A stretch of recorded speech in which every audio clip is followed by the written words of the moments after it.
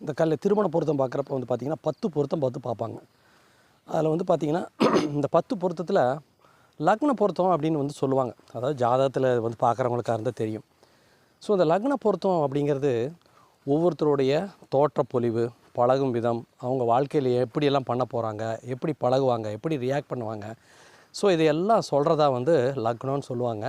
So அதில் இருக்கக்கூடிய அந்த கிரகத்தை வந்து பார்த்திங்கன்னா லக்னாதிபதினு சொல்லுவாங்க. இது வந்து ஜாதகம் பார்க்குறவங்களுக்கு தெரியும். இந்த லக்னம் அப்படிங்கிறதுக்கும் ஆட்டிடியூட் அப்படிங்கிற ஒரு வார்த்தைக்கும் நிறைய தொடர்பு இருக்குது. ஆக்சுவலாக ஒரு சிலர் எனக்கு தெரிஞ்ச ஒரு ஜோசியர் சொல்லியிருக்காரு, சார் இந்த ஒவ்வொருத்தருடைய மனநிலையும் இந்த லக்னமும் ரெண்டும் ஒன்று தான், இந்த ஜாதகத்தில் சொல்கிறதே வந்து அதுதான் அப்படின்னு வந்து அவர் சொல்கிறார். ஸோ இந்த ஆட்டிடியூட், அதாவது தமிழில் வந்து பார்த்திங்கன்னா மனப்பாங்கு அல்லது ஒவ்வொருத்தருடைய மனநிலை, அதை சொல்கிறதா வந்து ஆட்டிடியூட்.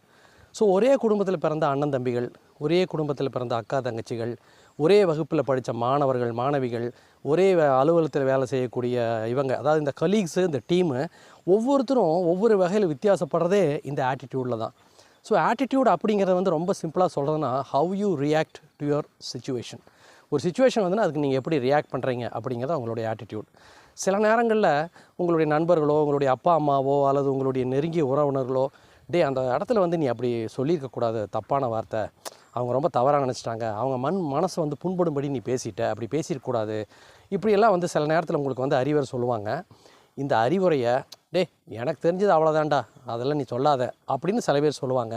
அப்படியா, ஓஹோ அவர் ரொம்ப கோச்சிக்கிட்டாரோ, ஸோ அவர்கிட்ட நான் மன்னிப்பு கேட்டுறேன், இல்லை அடுத்த தடவையிலேருந்து நான் வந்து என்னை கொஞ்சம் இது பண்ணிக்கிறேன் அப்படின்னு சில பேர் சொல்லுவாங்க. ஸோ இதான் ஆட்டிடியூடல் சேஞ்சஸ். ஆட்டிடியூட், இந்த மனநிலை, லக்னாதிபதி, இது எல்லாத்துக்கும் ஒரு பெரியப்பா ஒருத்தர் இருப்பார். அவர் தான் சேஞ்ச், மாற்றம். சில மாற்றங்கள் வந்து நம்மளாக தான் பண்ணிக்கணும், சில மாற்றங்கள் நம்மளை மாற்றிடும் இல்லையா. சேஞ்ச் இஸ் கான்ஸ்டன்ட் அப்படிங்கிற ஒரு வார்த்தை இருக்கும், இதனுடைய அர்த்தம் அதுதான் இல்லையா. இப்போ வந்து பார்த்திங்கன்னா 2 நாளாக மழை, நான் வந்து ஜெர்க்கின் போட்டேன். 2 நாளாக மழை இல்லை, நான் ஜெர்க்கின் போட மாட்டேன். ஆனால் சில பேர் மழை பெஞ்சால் என்ன, நான் நனைஞ்சிட்டு தான் இருப்பேன், ஜெர்க்கின் போடாமல் போவேன் அப்படின்னா மழையில் நனைஞ்சிக்க வேண்டியது தான், அது அவரோட மனநிலை. ஸோ இந்த ஆட்டிடியூட் அப்படிங்கிறது அவ்வளோ இம்பார்ட்டண்ட்டாக ஒவ்வொருத்தரோட வாழ்க்கையிலையும் வந்து ப்ளே பண்ணுது. நீங்கள் சாதாரணமாக இந்த வார்த்தையை வந்து நினச்சிக்காதீங்க. நம்மளோட லைஃப்பில் வந்து ஸ்டடீஸு, மணி, ஸ்டேட்டஸு, இதெல்லாம் எவ்வளோ முக்கியமோ இது எல்லாத்தையும் கொண்டு வந்து சேர்த்துறது இந்த ஆட்டிடியூட் தான். இந்த மனப்பாங்கு அப்படிங்கிற விஷயத்தில் நிறைய புக்குகளே இருக்குது. உங்களுடைய ஆட்டிடியூடை சேஞ்ச் பண்ணிட்டீங்கன்னா உங்களுடைய வாழ்க்கையை சேஞ்ச் பண்ணிக்கலாம் அப்படின்ட்டு வேர்ல்டு ஃபேமஸாக விற்றுருக்கிற ஒரு புக் ஒன்று இருக்குது.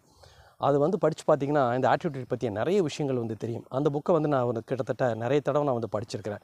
அதில் படித்து சொல்லக்கூடிய விஷயங்கள் தான் வந்து உங்களுக்கு வந்து நான் சொல்கிறேன். வாக்கண்டாங்கள் உங்களோட நல்ல வீடியோவில் சந்திக்கும் வரை பாய்.